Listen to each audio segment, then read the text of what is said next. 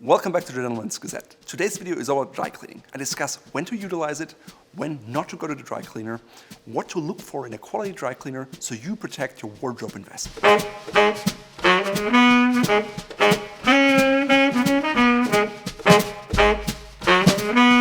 So first of all, what is dry cleaning? Basically, it is the process of cleaning without using water and detergent. Despite of its name, dry cleaning is actually not dry, it just substitutes the detergent in the water with solvents. Basically, garments are put in a solvent, then spun or steamed to get rid of it, and that's the end of the dry cleaning process. Dry cleaning has been around for almost 2 centuries. In fact, it was patented in 1921 as dry scouring by the African-American gentleman Thomas Jennings. Until around 1920, dry cleaning heavily relied on chlorine-based and petroleum-based solvents, which worked quite well, but they were highly flammable. So if you smoked a cigarette, you might actually light yourself on fire. Because of that fire hazard, by the 1930s, most dry cleaners moved to different solvents. The two most popular ones were tetrachloroethylene and perchloroethylene, and they're still used today. The big advantage was that both were compatible with most fabrics and they were not flammable.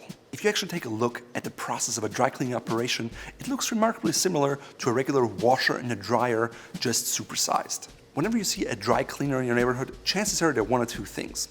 A, they're a dry store, or 2, they're an actual dry cleaner. A dry store is simply a place where you drop off your shirts and your suits and they take them and put them into a larger facility where everything is washed and dry cleaned. On the other hand, a package plant dry cleaner is someone who actually cleans on the premises, which means you have a higher level of control because everything happens right there. The dry clean stores are oftentimes just middlemen, and so you actually don't know what's happening to your garments. Most of the time, a dry store is less expensive. However, if you have a high-end shirt that costs you hundreds of dollars, you don't want to save on a dry cleaning because it may ruin the shirt because they iron it wrong, they tumble it in a way that the collars phrase easily, or its seams come undone. Whenever possible, try to find a dry cleaning package plant that cleans on the premises so you can see the whole process from start to finish if you want. So, why do you need dry cleaning? If you watch my video about wardrobe maintenance, which you can check out here, you see that I'm a big fan of clothes brushes. And while they really work, sometimes when you have a stain like ketchup or grease, a simple brush won't do it, and even water with a little bit of dish soap won't actually get rid of the stain, and that's when you have to go to the dry cleaner. Sometimes you also have very delicate fabrics such as silk, velvet, or cashmere, and hot water and a detergent would destroy the garment, and that's when you need dry cleaning as well. So dry cleaning can actually be controversial because of the chemicals used in the process, and tetrachloroethylene, for example, is a water and soil contaminant, which is actually quite bad, and so modern day regulations are quite strict and people can't just pour it in their backyard anymore, but that used to be the case, and it's actually really bad for the groundwater. I think today most dry cleaners have to abide by laws, and it's safe to drop off your clothes without having concerns about the environment. So what clothes should you bring to the dry cleaners and what should you not dry clean? First of all, if the label says dry clean only, that's a safe way to assume that it should go to the dry cleaner. Yes, you can try it at home to clean it yourself. Maybe start on a seam that's not visible and rub some water and detergent on it to see if it's color fast. Chances are it's not, and you're better off just handing it over. Unfortunately, manufacturers are only required to provide one way to clean a garment. So sometimes they just put dry clean on it, even though you could wash it by hand. In those cases, try it, of course, at your own risk, but chances are you can actually wash in the machine. Especially if you have a newer machine that has a gentler cycle, such as a cashmere cycle or a soft washing cycle. Probably the number one item people bring to the dry cleaners are dress shirts. And so that's what they really focus on. And those are sometimes actually laundered with water and not just solvents. And then the important part is the pressing, because the pressing is mostly done by machine. Sometimes it's a flat machine, sometimes it's like a machine that looks like a person that blows out hot air. In either case, I would always inquire about how exactly they iron your shirts and if they offer a hand ironing service. If they say hand ironing, ask if that means someone operates the machine by hand or someone actually uses an iron and irons by hand. You always want a service that irons by hand. It may cost you $1 or $2 more, but if your dress shirt costs $200, it's well worth it. You get a better crease, you get a nicer attention to detail, and in the long run, your shirt will last longer. Because of the solvents, I always pay attention to my buttons. If something is loose, chances are they will come off more easily.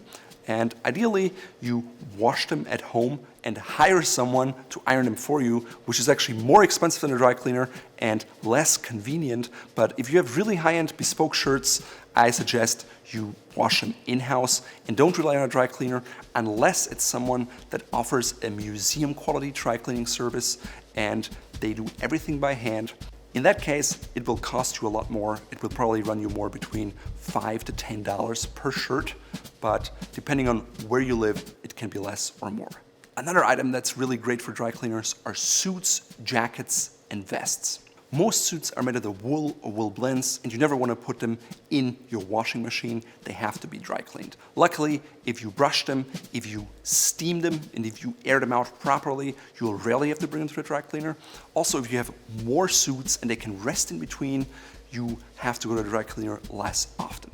Personally, I would say most of my garments probably only go to dry cleaners once every 2 or 3 years, simply because I have a larger wardrobe and I take care of my wardrobe, so that way they last much longer. Another item people love to bring to a dry cleaner is a tie. Unfortunately, most ties are made out of silk, and silk is not color fast. So you cannot wash it with dish soap and water because chances are the color will come out and it will ruin your tie. At the same time, if you bring it to a dry cleaner, chances are they'll press it and the tie looks really bad afterwards. So the proper way to clean a tie is to actually undo the seam in the back, then clean it, and then sew it back together. You guessed it, that's quite expensive, and it's something that would only be done back in the 1920s when you had house staff. Today, I'm not aware of a single dry cleaner that offers that kind of service, but generally, when you have to bring your tie to the dry cleaner, chances are it won't come out nice, it will look weird, and it won't tie as well. So usually it's ready for the garbage bin. So be careful with your ties because dry cleaning them usually ruins them. Most dry cleaners use a stiffening product on the garments before they dry clean it or while they dry clean it, simply because it helps them to press them. However, I personally don't like it on very soft-shouldered garments, so always ask if your dry cleaner uses them and if they can skip them for your garments. As you can see, it really pays to develop a relationship with your dry cleaner, because if they know you on a first-name basis and you tip them well, chances are they're much more accommodating to your requests. So how often should you dry clean? In essence, as little as possible and just only when absolutely needed, because dry cleaning deteriorates the fibers and the longevity of your garment. So what can you do to avoid repeated trips to the dry cleaner? Go with washable undergarments that protect the outer layers, such as your shirt or your suit. Personally, I'm not a big fan of wearing undershirts. You can learn more about it in our undershirt guide here, because I consider the shirt to be the barrier to protect my suit, and I'd rather invest in different shirts, but it's a personal choice, and you can make that call. Whenever you've been out and you've worn your suit all day, don't wear it the next day. Let it rest for 2 days, hang it on a hanger, either steam it in a bathroom or with a garment steamer, and then let it just hang outside. I usually put it in the garage or in a place where it's covered, where it don't get wet, but get a lot of fresh air and a breeze that just helps the garment to get rid of dust and to release the wrinkles and to smell fresh. Avoid spraying cologne directly onto your garments because they leave residues and you'll have to bring it to the dry cleaner more often. Also, skip all kinds of fabric fresheners.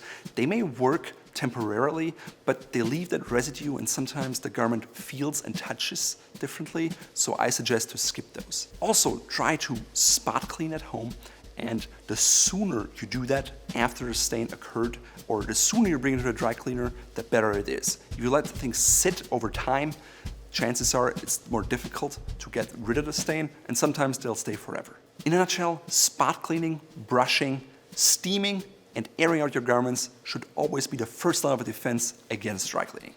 So what should you look for in a great dry cleaner? First of all, you want someone who offers hand ironing services, because if they don't offer that, it's too low of a quality and I would stay clear from that.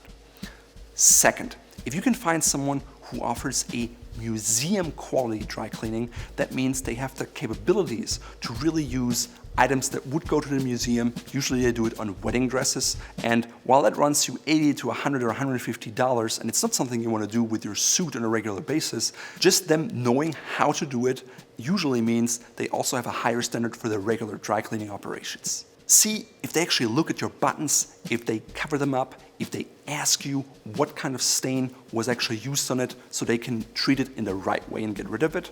And try to develop this relationship where they're actually interested in your garment and in you, and that they honor your requests, such as hand ironing service. Make sure they have clear structured pricing so they can tell you exactly what it costs beforehand, and a written policy about what happens in case something gets damaged or lost. Of course, you can always check for reviews. However, in my experience, most people don't care about clothes as much as you do probably, and therefore those reviews are not really that helpful. So in today's outfit, I'm wearing a jacket and a matching vest. The vest is double-breasted with 6 buttons, 3 which are buttoned. They go well together with the mustard-colored pants. The pants were made in Sri Lanka by a custom tailor that I made during a trip there. The suit is vintage from Caraceni in Milan. I'm pairing it with a striped Winchester shirt. Winchester means that the collar is contrasting white and the shirt body is in a different pattern. I'm pairing them with gold not monkey fist cufflinks from Fort Belvedere, which go really well with the warm tone of my jacket, the vest, and the pants. For my ring, I went for a citrine with yellow gold, and it's a warm color that goes well with my outfit, as well as with my gold wedding band and my gold cufflinks. The tie is a blue, red, and buff tone madder silk with a large paisley, and the blue is picked up by the stitching of the pocket square, which also picks up the white stripe in the shirt. That way it's all tied together. The shoes I'm wearing are actually quite old. I bought them in 2003, used from a vintage store, because that's all I could afford at the time, but I wanted a quality shoe from Church's. I'm pairing the socks and the pants with socks from Fort Belvedere with shadow stripes. The two-tone color of burgundy and mustard yellow really helps to tie the brown shoes together with the mustard yellow pants, and even though the yellow of the socks is not exactly the same as the pants, the two-tone of the burgundy helps to really get it straight. That's why I love the two-tone socks, because they pair so well with everything and they're much better than solid socks. If you want to learn more about socks, please check out our video and our guide on how to pair shoes with socks and pants here. Today I'm not wearing a boutonniere, but you can also wear it, for example, with an Edelweiss or a blue cornflower or a blue delphinium. It looks particularly nice because it's a large lapel, and it just helps to make it more interesting and less boring. The pocket square is hand-rolled, but not in the traditional way, but it has a very fine X stitch, which is very difficult to accomplish, and we found someone in Italy who can do that. It's very time-consuming, but it gives a very debonair and elegant and unique look. If you want the cufflinks, the tie, or the pocket square, or the socks, you can check them out in our shop here.